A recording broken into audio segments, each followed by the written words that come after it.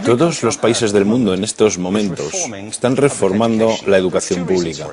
Existen dos razones para ello. La primera es económica. La gente está intentando resolver cómo podemos educar a nuestros niños para que ocupen su lugar en la economía del siglo XXI. ¿Cómo hacemos eso? Si ni siquiera podemos anticipar cómo será la economía al final de la próxima semana, como esta reciente crisis lo está demostrando. ¿Cómo hacemos eso? La segunda razón es cultural. Todos los países del mundo están intentando resolver cómo podemos educar a nuestros niños para que tengan sentido de identidad cultural, para poder legarles los genes culturales de nuestras comunidades y a la vez formar parte del proceso de globalización. ¿Cómo cuadramos ese círculo? El problema es que están intentando enfrentarse al futuro a base de hacer. Y en el proceso están alineando a millones de niños que no ven ninguna utilidad en asistir a la escuela. Cuando nosotros íbamos al colegio nos retenían allí con la historia de que si trabajábamos mucho y sacábamos buenas notas y luego estudiábamos un título universitario tendríamos un trabajo. Nuestros hijos no se creen eso. Y hacen bien, por cierto. Es mejor tener una titulación que no tenerla, pero ya no es ninguna garantía. Y especialmente no lo es si el camino hacia ella marginaliza la mayoría de cosas que tú consideras importantes acerca de ti mismo. Hay gente que dice que hay que subir los estándares, que eso sería un avance. Ah, ¿sí? Sí, lo deberíamos hacer. ¿Y por qué ibas a querer rebajarlos? No me he encontrado con ningún argumento que me convenza para bajarlos. Pero subirlos, por supuesto que habría que subirlos. El problema es que el sistema educativo actual fue diseñado, concebido y estructurado para una era diferente. Fue concebido en la cultura intelectual de la Ilustración y en las circunstancias económicas de la Revolución Industrial. Antes de la mitad del siglo XIX no había sistemas educativos públicos. En realidad no. O sea, podrías estudiar con los jesuitas si tenías dinero, pero la educación pública, pagada con los impuestos, obligatoria para todo el mundo, gratuita y a la vuelta de la esquina, era una idea revolucionaria. Y mucha gente se opuso a ello. Decían, no es posible para muchos niños pobres que están en la calle beneficiarse de la educación pública. Son incapaces de leer y escribir. ¿Por qué perder tiempo con esto? Y también se asienta sobre una serie de suposiciones sobre la estructura social y la capacidad de las personas. Fue dirigido por el imperativo económico de aquel momento, pero a lo largo de todo ello se infiltró el modelo intelectual de la mente, el cual era esencialmente la idea que la Ilustración tenía sobre la inteligencia. La auténtica inteligencia consistía en cierta capacidad para el razonamiento deductivo y un conocimiento amplio de la cultura clásica. Se podría resumir en capacidad académica. Y esta idea está fuertemente enraizada en la reserva de la educación pública. El creer que hay dos tipos de personas, académicas y no académicas, y la consecuencia de eso es que mucha gente brillante se creen que no lo son porque han sido evaluados siguiendo este concepto de mente. Gemelos, el económico y el intelectual. Y desde mi punto de vista, este modelo ha causado caos en la vida de mucha gente. Ha habido gente que se ha beneficiado maravillosamente de él, pero la mayoría de la gente no. En lugar de beneficiarse, sufren de esto. Una epidemia moderna, mal ubicada y también ficticia. Esta es la plaga del síndrome de déficit de atención e hiperactividad, TDAH. Este es un mapa de la incidencia del TDAH en Estados Unidos. El mapa de prescripciones médicas para el TDAH. No me malinterpreten. No quiero decir que el síndrome de déficit de atención no exista. Yo no tengo la formación necesaria para ello. Sé que la amplia mayoría de psicólogos y pediatras creen que sí, pero aún es un tema a debatir.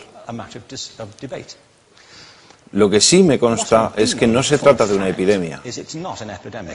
Estos niños están siendo medicados tan rutinariamente como a mi generación nos quitaban las amígdalas, por los mismos motivos caprichosos y por la misma razón la moda de la medicina. Nuestros hijos están viviendo en el periodo más intensamente estimulante de la historia de la Tierra. Están con información y les están reclamando su atención desde todos los medios. Los ordenadores, los iPhone, las vallas publicitarias y cientos de canales de televisión. Y nosotros les penalizamos por distraerse. ¿Distraerse de qué?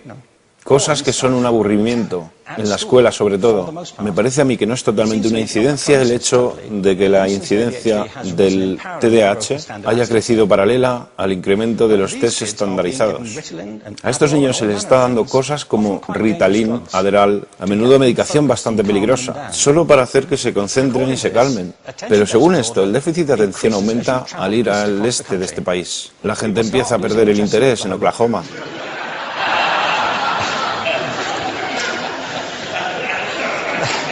Ya casi no pueden pensar en Arkansas.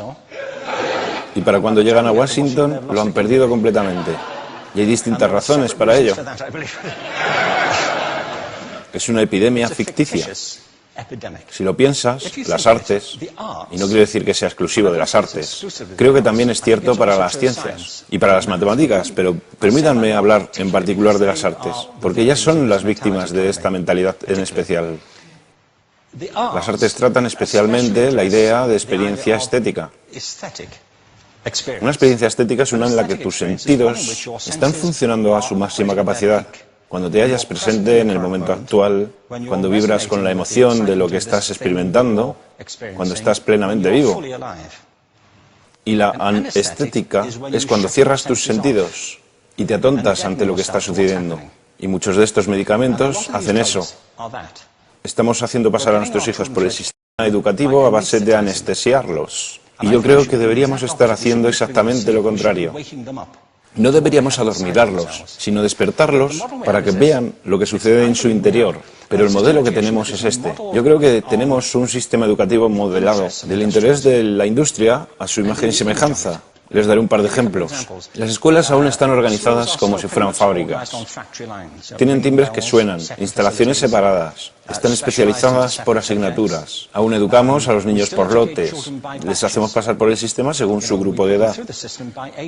¿Por qué hacemos eso? ¿Por qué suponemos que lo más importante que los niños tienen en común es su edad? Parece como si lo más importante de ellos fuese su fecha de fabricación, ¿no?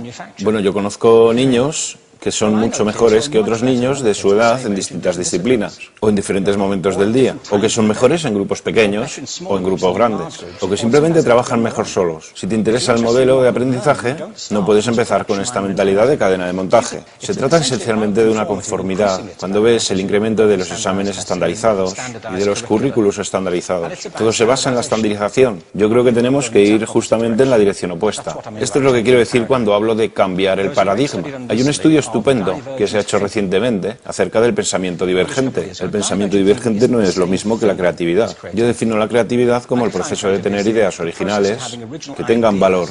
Pensamiento divergente no es sinónimo de creatividad, pero es un componente esencial de la misma. Es la capacidad de ver montones de respuestas posibles a una cuestión. Montones de maneras diferentes de interpretar una cuestión. Pensar lateralmente, como lo llamó Edward de Bono. No pensar solamente de manera lineal o convergente. Ser capaz de ver múltiples respuestas y no solo una. Así que yo diseñé un test para esto y voy a inventarme un ejemplo. A la gente se le puede preguntar cuántos usos se le ocurren para un clip. A la mayoría se les ocurren unos 10 o 15. A la gente que se le da bien se le pueden ocurrir 200. Y lo hacen porque preguntan, ¿el clip podría estar hecho de goma y medir 60 metros? ¿Tiene que ser un clip tal como lo conocemos? Bueno, pues diseñé el test y lo probé con 1.500 personas. En un libro titulado Más allá del punto de ruptura, y en el protocolo del test, si superabas una puntuación determinada, se te consideraba un genio del pensamiento divergente. Así que quiero preguntarles, ¿qué porcentaje de la gente que hizo el test puntuó como genio en pensamiento divergente? Y debo decir una cosa más acerca de ellos. Eran niños de jardín de infancia. Así que, ¿qué opináis? ¿Qué porcentaje de genios?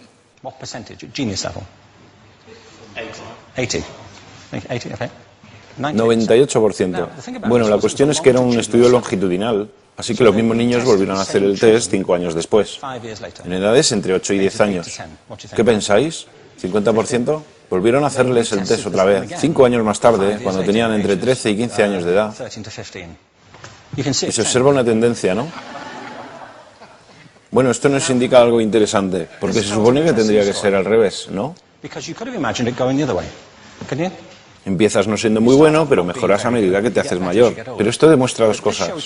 Una es que todos nosotros tenemos esta capacidad. Y la otra es que esta capacidad se deteriora en general. Muchas cosas les han pasado a estos niños durante su crecimiento, pero yo estoy convencido que lo que más les ha influenciado es que a estas alturas ya han obtenido una educación académica. Se han pasado 10 años en la escuela, oyendo que solo hay una respuesta correcta. Esta es la parte de atrás del libro, pero no la mires. Y no copies, porque eso es engañar. Fuera de las escuelas, a eso se le llama colaboración. Esto no sucede porque los docentes así lo quieran. Es simplemente porque sucede así. Es porque se halla presente en la reserva genética de la educación. Tenemos que pensar de forma diferente acerca de la capacidad humana. Tenemos que superar esta vieja idea acerca de lo académico y lo no académico, lo abstracto, lo teórico, lo vocacional, y empezar a verlo como lo que es, un mito. En segundo lugar, tengo que reconocer que la mayor parte de las veces el buen aprendizaje se da en grupos y que la colaboración es lo que alimenta el crecimiento. Si atomizamos a las personas, las separamos y los juzgamos por separado, formamos una especie de desconexión entre ellos y su ambiente de aprendizaje natural.